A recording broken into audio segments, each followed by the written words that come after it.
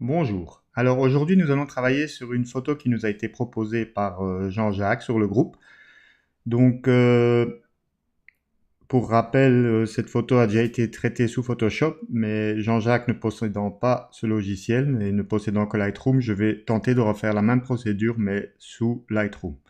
Alors, pour rappel, je zoome dans l'image de Jean-Jacques. Donc ici, c'est l'image retouchée. Et donc le problème essentiel, on le voit ici, c'est donc ce liseré blanc, cette bordure blanche qui longe les arbres et qui est due à une trop forte accentuation du réglage de densification des bleus que Jean-Jacques a effectué. Voilà. Donc je vais vous montrer comment densifier le ciel de manière plus naturelle. Alors, je reviens en mode normal. Voilà, donc ici à droite, il s'agit de la photo non retouchée. Et donc on va partir travailler sur cette base-là. Je passe en mode développement, raccourci clavier D. Je me suis trompé de photo, voilà. Alors la première chose à faire est donc de redresser l'horizon. Hein. On voit clairement que c'est de travers. Vous prenez l'outil recadrage, ici en haut à droite. Voilà. Et vous venez cliquer ici sur l'icône de niveau. Voilà, vous voyez donc qu'elle est enfoncée et qu'il y a un petit niveau qui apparaît dans l'image. On va zoomer dans son image, voilà, et vous venez placer une diagonale ici, le long de la mer pour redresser. Quand vous lâchez, le paysage est redressé. Et voilà, on dézoome. Et donc, une chose résolue, l'horizon est bien droit. Alors, pour densifier le ciel, hein, la meilleure méthode ici sous Lightroom, ça va être d'utiliser l'outil filtre gradué. Donc vous cliquez une fois dessus. Alors, par défaut, il peut y avoir déjà des pré-réglages si vous l'aviez utilisé auparavant. Sinon, vous cliquez deux fois sur le mot effet et ça remet tout à zéro. Alors, ici, ce qu'on va faire, donc, c'est on va baisser l'exposition du ciel pour l'assombrir et donc densifier le bleu. Alors, je vais donc baisser l'exposition. Voilà. Vous voyez, il n'y a encore rien qui se passe parce qu'en fait, je n'ai pas encore tiré hein, le dégradé. Voilà, comme ça. Et donc maintenant, je tire mon dégradé. Je me place bien en haut de l'image. Je maintiens la touche majuscule Shift enfoncé pour tirer bien droit. Et je viens tirer un dégradé jusqu'au niveau de la mer. Voilà, ou un peu moins haut pour que la transition soit plus fluide. Voilà. Et donc on voit que le ciel est donc renforcé. Alors, si vous trouvez que c'est un petit peu trop, ben vous pouvez revenir en arrière sur votre réglage. Voilà, ici, par exemple, -1. Vous pouvez toujours déplacer le dégradé en le tirant vers le bas. Voilà. Alors, ce qu'on constate, c'est en fonçant que le bleu a un peu perdu de sa saturation. Donc, on peut le compenser en retirant un peu de jaune du bleu, qui est sa couleur complémentaire. Donc vous tirez ici le curseur de température vers le bleu, et vous voyez qu'on regagne en peps dans le bleu. Donc je vais vous montrer un avant-après. Ici, le petit bouton en bas de la boîte de dialogue nous permet de activer ou désactiver le filtre. Vous voyez, avant, après. Alors, si vous regardez attentivement à gauche, les arbres ici à gauche, vous allez voir qu'en fait le filtre il s'applique aussi dessus. Parce que contrairement à Photoshop où on avait pu réaliser une sélection précise du ciel, ici dans Lightroom, on n'a pas cette possibilité.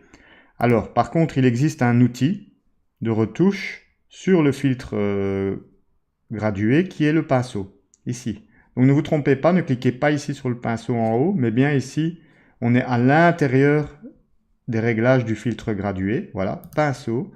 Et donc ici, vous allez cocher effacer. Et en fait, vous allez venir, je vais zoomer dans mon image. Voilà. Vous allez peindre en négatif. Donc vous voyez qu'il y a un petit moins, puisque j'ai choisi effacer. Et donc en fait, vous allez effacer le réglage du filtre gradué. Voilà. Alors, je vous montre donc avant, après. Vous regardez bien le côté gauche. Vous voyez que maintenant, c'est beaucoup moins fort. Donc on voit ici que ça a un petit peu foncé. On vient peindre ici, voilà.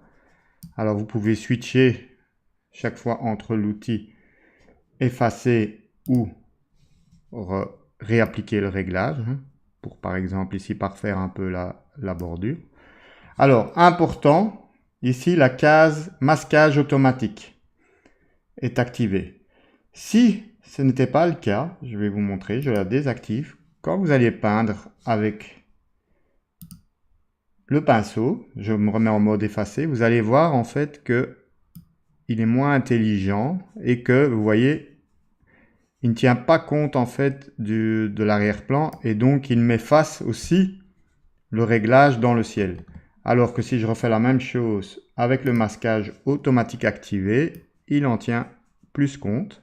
Et vous voyez qu'il essaye dans la mesure du possible de ne pas déborder. Évidemment, ce n'est pas aussi précis et parfait qu'avec Photoshop, mais c'est déjà pas mal. Voilà. Je vais parfaire ici un petit peu la bordure.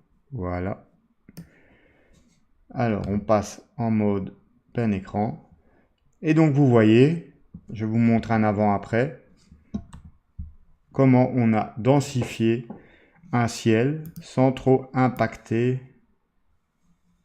le bas, le paysage dans l'image. Donc, uniquement affecter le ciel. Alors, on constate qu'on a un vignettage dans les coins qui est accentué forcément en ayant densifié le ciel.